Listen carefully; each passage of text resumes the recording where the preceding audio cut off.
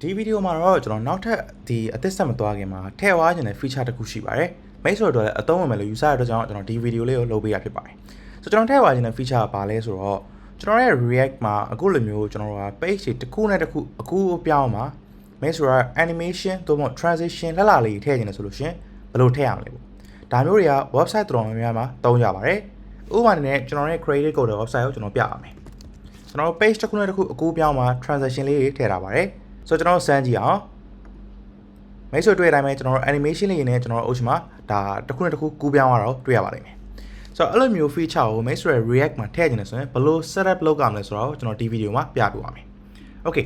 ဆိုတော့ကျွန်တော်တို့ကအုပ်ချမှာကျွန်တော်ရဲ့ React project မှာ transition တွေကိုသုံးနေတာပါဆိုတော့အဲ့ဒါနဲ့ပတ်သက်ပြီးတော့ React မှာ default အနေနဲ့တော့သူက support ပေးတာမရှိပါဘူးဒါပေမဲ့ကျွန်တော်တို့အရင်အသုံးဝင်တဲ့လူသုံးများတဲ့ package တစ်ခုရှိပါတယ်အဲ့ကောင်ကဘာလဲဆိုတော့ React transition group ဆိုတဲ့ကောင်လေးပါဆိုတော့ကျွန်တော် npm.js တွေကိုတွားလိုက်မယ်ဒါလေးကိုနှိပ်လိုက်ပြီးလို့ရှိရင်ကျွန်တော်ဒါလေးကို install လုပ်မဲ့ command ကိုနှိပ်လိုက်ပြီးရင် copy ပြီးလို့ရှိရင်ကျွန်တော်ရဲ့ terminal ကိုဖွင့်သွားရင်ကျွန်တော်ရဲ့ project ထဲမှာဒါလေးကို install လုပ်လိုက်ပါဒါဆိုရင်ရပါပြီဆိုတော့နောက်တစ်ဆင့်အနေနဲ့ကျွန်တော်တို့ဒါကိုဘယ်လိုသုံးအောင်လဲဆိုတော့မသိဘူးဆိုတော့ documentation ဖတ်ကြည့်အောင်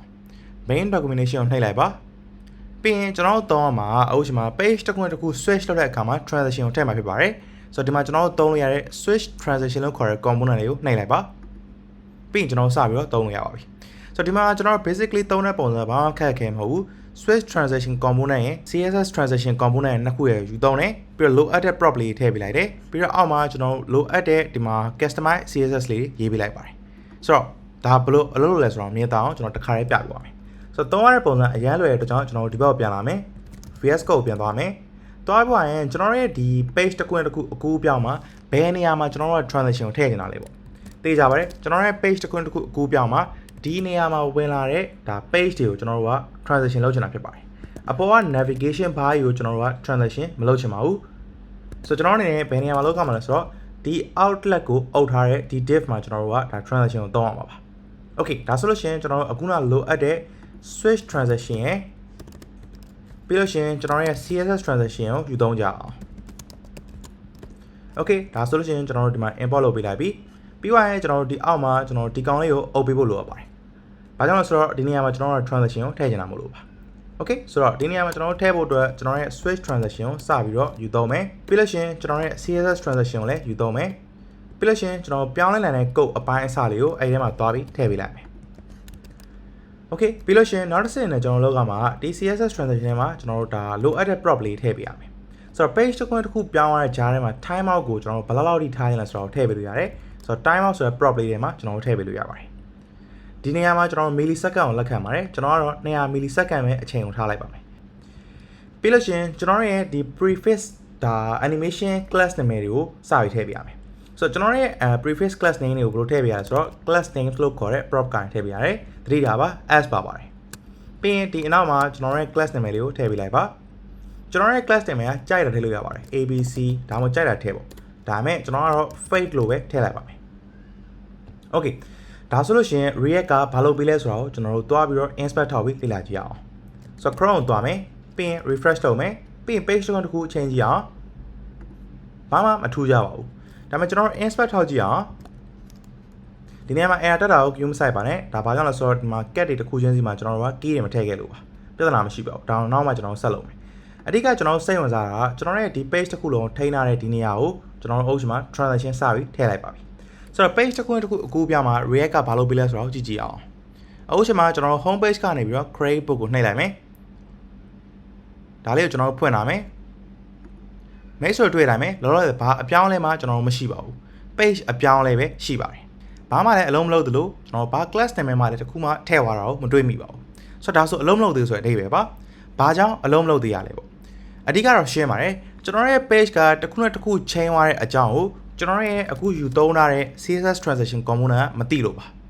ဒါကိုသိအောင်ဘာလုပ်ပေးရမလဲဆိုတော့ကျွန်တော်တို့က key prop လေးကိုထည့်ပေးရပါမယ်ဆိုတော့ဒီနေရာမှာကျွန်တော်တို့ unique ဖြစ်တဲ့ key တစ်ခုထည့်ပေးရမယ် page တစ်ခုချိန်သွားတိုင်းကျွန်တော်တို့ unique ဖြစ်တဲ့ key တစ်ခုထည့်ပေးရမယ်ဆိုတော့သိကြပါတယ်ကျွန်တော် page တစ်ခုချိန်တိုင်း unique ဖြစ်မဲ့အရာဘာပဲရှိလဲဆိုတော့ကျွန်တော်ရဲ့ route ရဲ့ path နာမည်ပဲရှိပါတယ်ဆိုတော့ကျွန်တော်ရဲ့ route ရဲ့ path လမ်းကြောင်းနာမည်ကဘယ်ရနိုင်မလဲဆိုတော့ကျွန်တော်ချက်လောက်မေးဆိုတော့ယူပြမယ်ကျွန်တော်ဒီနေရာမှာ location လို့ခေါ်တဲ့ constant တစ်ခုရေးလိုက် မဲဆိုအရင်ကသိခဲ့တဲ့ use location လို့ခေါ်တဲ့ hook ကိုသုံးလို့ရပါတယ်ဒီနေရာမှာတစ်ဆင့်ကျွန်တော် location နဲ့မှာ path name ဆိုပြီးတော့ယူလို့ရပါတယ်ဒါဆိုလို့ရှင်ကျွန်တော်ရဲ့ဒါ unique ဖြစ်တဲ့ value ရလာနိုင်မယ်အဲ့ဒါလေးကိုဘယ်လိုထည့်ပေးရမလဲဆိုတော့ကျွန်တော်ရဲ့ဒီ key တွေကိုထည့်ပေးကြရမယ်ဒါဆိုလို့ရှင်ဒါ page တစ်ခုချိန်တိုင်းအမြဲတမ်းမတူညီတဲ့ route plan ကြောင့်ဝင်လာပါလိမ့်မယ်ဆိုတော့ကျွန်တော်ရဲ့ CSS transition component ကကျွန်တော်တို့ page ချိန်သွားတော့တည်သွားပါပြီဆိုတော့အလုပ်စားလုပ်သိမှဆိုတော့သဘောတရားပါဆိုတော့ဒီ location of path name ကဘာလဲမဆိုတော့မသိဘူးဆိုရင်ကျွန်တော် console ထဲမှာတစ်ခါထုတ်ပြနေပါတယ်ဆိုတော့ save လုပ်မယ်ကျွန်တော်ရဲ့ Chrome ကိုသွားပြီးရင်ကျွန်တော် console ကိုဖွင့်လိုက်ပြီးရင် page တစ်ခုချိန်ကြည့်ပါကျွန်တော်ချိန်သွားတဲ့ page ရဲ့ပတ်လမ်းကြောင်းကိုလာပြီးထုတ်ပြပါတယ် path name ဆိုတာဒါကိုပြောတာပါ okay ဆိုတော့ make sure ဥပမာကျွန်တော် path name ကိုလည်းသိသွားပြီဆိုတော့ကျွန်တော်ရဲ့ key ကအလုပ်လုပ်ပြီဆိုတာလည်း make sure သိသွားပြီ page တစ်ခုချိန်သွားတဲ့အခါမှာကျွန်တော်ရဲ့ CSS transition component စပြီးအလုပ်လုပ်ပါပြီအလုပ်လုပ်ပြီဆိုတာသိတောင်ကျွန်တော်တို့ပြန်ပြီး inspect ထောက်ကြည့်အောင်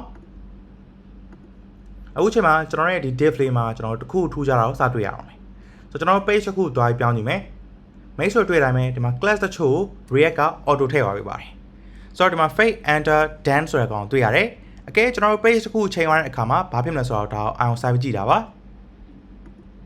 တွေ့လာတာမသိဘူးကျွန်တော်တို့ fake enter active လို့ခေါ်တဲ့ကောင်လေးကဖြတ်ခနဲ့ဝင်လာတော့တွေ့ရလိမ့်မယ်ဆိုတော့အဲ့လိုမျိုး class တွေကို dynamically page ချိန်သွားတိုင်းကျွန်တော်ရဲ့ CSS transition component ထည့်ပြီးတော့လုပ်ပေးနေတာပါအဲ့လိုလုပ်ပေးလိုက်ခြင်းအပြင်ကျွန်တော်တို့ဘာရလက်ရရှိသွားလဲဆိုတော့သိကြပါတယ်ကျွန်တော်တို့အဲ့ class နာမည်လေးကိုကျွန်တော်တို့ကအကဲ CSS code လေးတွေကြိုပြီးရေးသားပေးလိုက်မယ်ဆိုလို့ရှင်ကျွန်တော်တို့ page တစ်ခုတစ်ခုချိန်သွားတဲ့အခါမှာကျွန်တော်တို့လိုချင်တဲ့ animation ကိုကျွန်တော် CSS နဲ့တစ်ခါတည်းထိန်းပြီးသားဖြစ်သွားပါလိမ့်မယ် React က class နာမည်အဖြုတ်အတက်ကိုကျွန်တော်ရဲ့ဒီ CSS transition component နဲ့ switch transition ကထိန်းပြီးတာပါတယ်ဒါပေမဲ့ကျွန်တော်တို့ကဒီပြောင်းသွားတဲ့အခါမှာဘလို့ animation ကိုသုံးနေတာလဲဆိုတဲ့ code ကတော့ကိုယ့်ဘာတော့ကို CSS နဲ့ထိန်းလို့ရပါတယ်အဲ့ဒီအတွက်ကြောင့်လည်းကျွန်တော်တို့အခုန documentation ကိုတွားကြည့်မယ်ဆိုလို့ရှင်ဒီမှာကျွန်တော် CSS code တွေကိုရေးသားတာတွေ့ရပါလိမ့်မယ် Okay ဆိုတော့ဒါလေးကို copy ကူးလာမယ်ပြီးရင် VS code ပြန်သွားမယ်ပြီးရင်ကျွန်တော် H style code တွေကိုရေးကြအောင်အဲ့ဒီမှာကျွန်တော် page ချပြီးထည့်ပေးလိုက်မယ်ပြီးလို့ရှင်ကျွန်တော်ရဲ့ဒီ layout.jsx ကနေပြီးတော့အဲ့ကောင် import လုပ်ပေးလိုက်မယ်